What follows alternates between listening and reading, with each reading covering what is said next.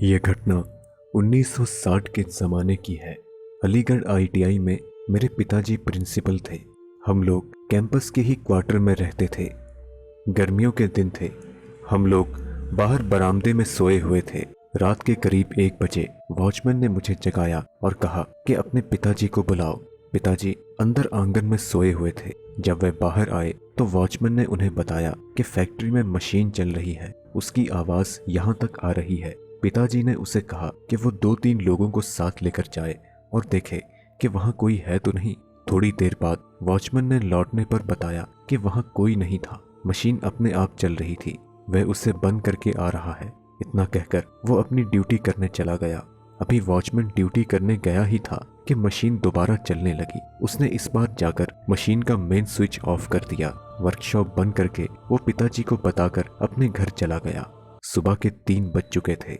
उस दिन मशीन फिर नहीं चली। मुझे लगा कि शायद ये एक संयोग हो सकता है। अगली रात फिर ऐसा ही हुआ, मशीन दोबारा चलने लगी। 4 स्टाफ को लेकर फैक्ट्री के सुपरवाइजर पिताजी के पास आए और बोले कि वॉचमैन ने बताया कि 1 घंटे से मशीन चल रही है। पिताजी ने जाकर देखने को कहा और मेन स्विच बंद कर देने को कहा। वे लोग वर्कशॉप गए और मेन स्विच बंद कर दिया और चारों तरफ देखा, पर वहां कोई आदमी नजर नहीं आया। पिताजी को जानकारी देकर वे सोने चले गए। उस वक्त रात के 2 बज चुके थे। आधे घंटे बाद मशीन दोबारा चलने लगी। इस बार मशीन बंद करके सुपरवाइजर साहब ने मेन स्विच का ग्रिप भी निकाल दिया। चारों तरफ नजर घुमाई, पर वहां कोई नहीं था। उस रात मशीन नहीं चली। अगले दिन वॉचमैन ने सुपरवाइजर से कहा, साहब, सोमवार को प्रैक्टिकल का एग्जाम है। हो सकता है किसी स्टूडेंट का प्रैक्टिकल पूरा नहीं हुआ हो, इसलिए वो रात में आकर प्रैक्टिस करता हो। सुपरवाइजर साहब बोले कि अगर ऐसा है तो वो दिखाई क्यों नहीं पड़ता, हमारे पहुंचते ही कहाँ गायब हो जाता है। चलो दिन में देखा जाएगा। अगले दिन जब वर्कशॉप खोलकर देखा गया तो वहां कोई नजर नहीं आया।